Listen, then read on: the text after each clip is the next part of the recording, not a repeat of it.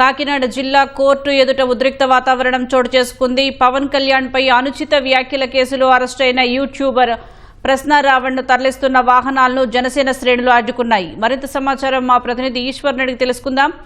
ఈశ్వర్, కాకినాడ జిల్లా కోర్టు ఎలాంటి పరిణామాలు చోటు చేసుకున్నాయి? సుజాత, కాకినాడ జిల్లా కోర్టు ప్రాంగణం బయట పరిసర ప్రాంతాల వద్ద అయితే మరోసారి ఉద్రిక్త వాతావరణం నెలకొంది. ముఖ్యంగా యూట్యూబర్ ప్రశ్న రావణ్ అనే వ్యక్తిని నిన్న విచారణ పేరుతోటి ఇక్కడ సర్పవరం పోలీసులు ఉదయం నుంచి విచారించారు.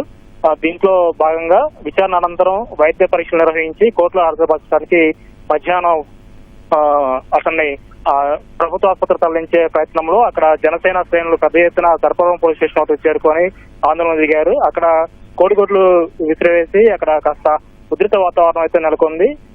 ఏదైతే రావణ్ ప్రయాణిస్తున్న కారు ఉందో ఆ కారు పైన కోడిగుడ్లు కూడా అక్కడ జనసేన శ్రేణులు విసిరివేశారు. వెంటనే అక్కడ పోలీసులు అందరూ కూడా భారీగా మోహరించి అక్కడ ఆందోళనకారులందరినీ కూడా చెల్లచెదురుగా చేసి ఒక కాన్వాయ్ లో మొత్తం పటిష్ట బందోబస్తు నడుమ రావణ్ ని ఒక పోలీసు హాస్పిటల్కి తరలించారు. అక్కడ వైద్య పరీక్షలు నిర్వహించారు. కొద్దిసేపటి క్రితమే అక్కడ వైద్య పరీక్షలు పూర్తి చేసుకుని మళ్ళీ రావణ్ ని ఇక్కడ జిల్లా కోర్టుకి తీసుకువస్తున్నారు.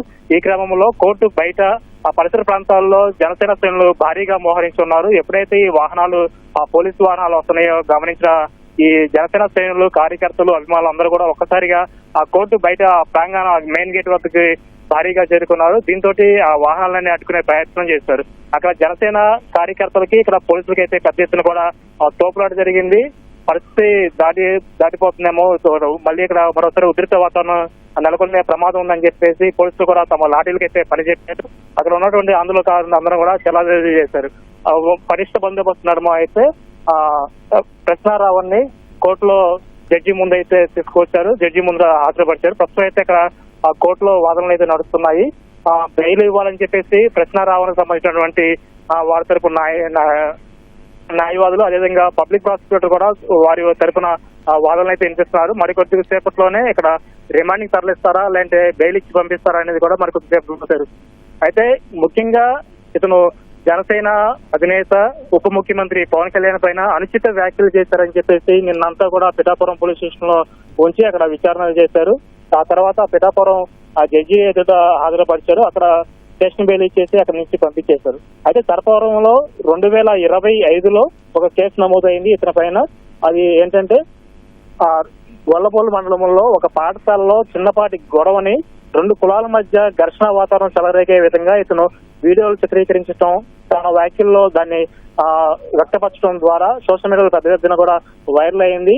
దీని మొత్తం కూడా ఇది ఇలా వైరల్ చేయడం వల్ల 2 కులాల మధ్య ఘర్షణ వాతావరణం పెరిగిందని చెప్పేసి 2025లో ఇక్కడ సర్పవరం పిఎస్ లో ఒక కేసు నమోదైంది. దానికి సంబంధించి విచారణ కోసం అయితే అక్కడ పిఠాపురంలో బెయిల్ వచ్చిన వెంటనే పోలీసులు అదుపులో తీసుకున్నారు.